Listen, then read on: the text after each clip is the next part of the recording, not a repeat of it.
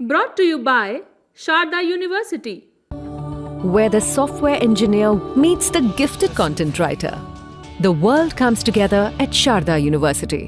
चले तो चांद तक, नहीं तो शाम तक, ये एक आम कहावत है जो चाइनीज प्रोडक्ट्स के बारे में कही जाती है। सस्ती एलईडी लाइट से लेकर घटिया इलेक्ट्रॉनिक उपकरण तक हम इसके नॉट सो जीते जागते उदाहरण आए दिन देखते हैं।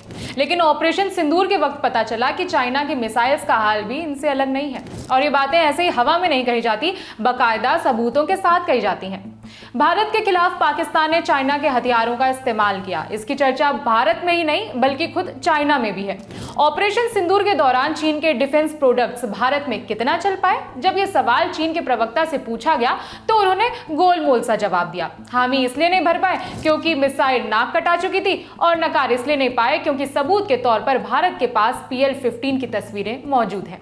29 मई को चीनी मीडिया संस्थान ग्लोबल टाइम्स ने खबर छापी। हेडलाइन दी, रक्षा मंत्रालय ने भारत पाकिस्तान संघर्ष में चीनी सैन्य उपकरणों पर सवालों का जवाब दिया।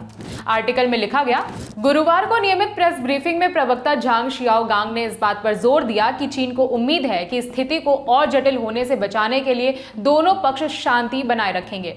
भारत पाकिस्तान संघर्ष में चीनी उपकरणों के प्रदर्शन पर भी सवाल किया गया। ग्लोबल टाइम्स के अनुसार भारतीय सैन्य अधिकारी ने सवाल किया, पाकिस्तान को चीन के एयर डिफेंस और सैटेलाइट सिस्टम की मदद मिली थी, लेकिन इन सिस्टम्स का प्रदर्शन औसत से भी कम रहा।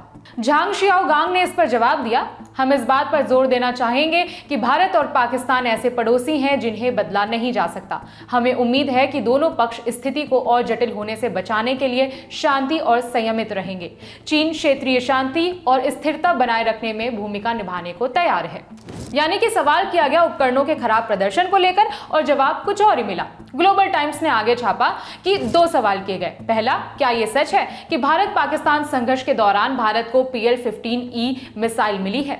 दूसरा सवाल, क्या भारत रिवर्स इंजीनियरिंग करके इसकी तकनीकी समझकर इसे रोकने में और भी सक्षम नहीं हो जाएगा?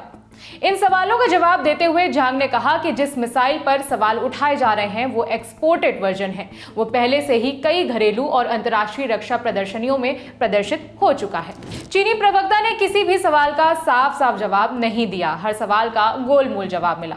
आपकी जानकारी के लिए बता दें कि 12 मई को प्रेस ब्रीफ में भारतीय डिफेंस के अधिकारियों ने तस्वीरों के साथ इस बात की पुष्टि की थी कि पाकिस्तान ने भारत के खिलाफ चाइनीज मिसाइलों का इस्तेमाल किया है। साथ ही में वो तस्वीरें भी दिखाई थी जिसमें चीन की मिसाइल का मलबा पंजाब के होशियारपुर में धूल खा रहा था।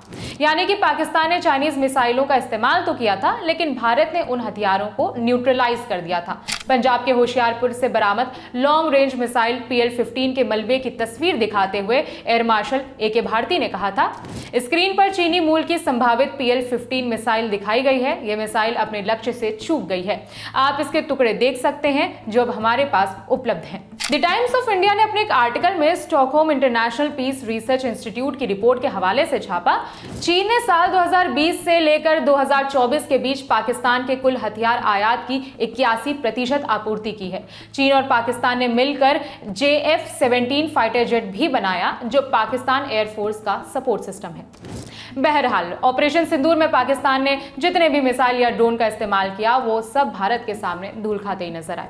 जाते जाते एक और जरूरी सूचना, guest in the news room में इस बार आपसे मुखातिब होंगे जाने माने क्रिकेटर चेतेश्वर पुजारा और उनकी पत्नी जो लेखिका भी हैं पूजा पुजारा। सौरभ द्विवेदी के साथ इस मजेदार बातचीत में MS धोनी, विराट कोहली, रोहित शर्मा समेत तमाम दिग्गजों को लेकर अंदर की बातें पता चली। साथ ही ड्रेसिंग रूम के कई सारे किस्से भी खुले।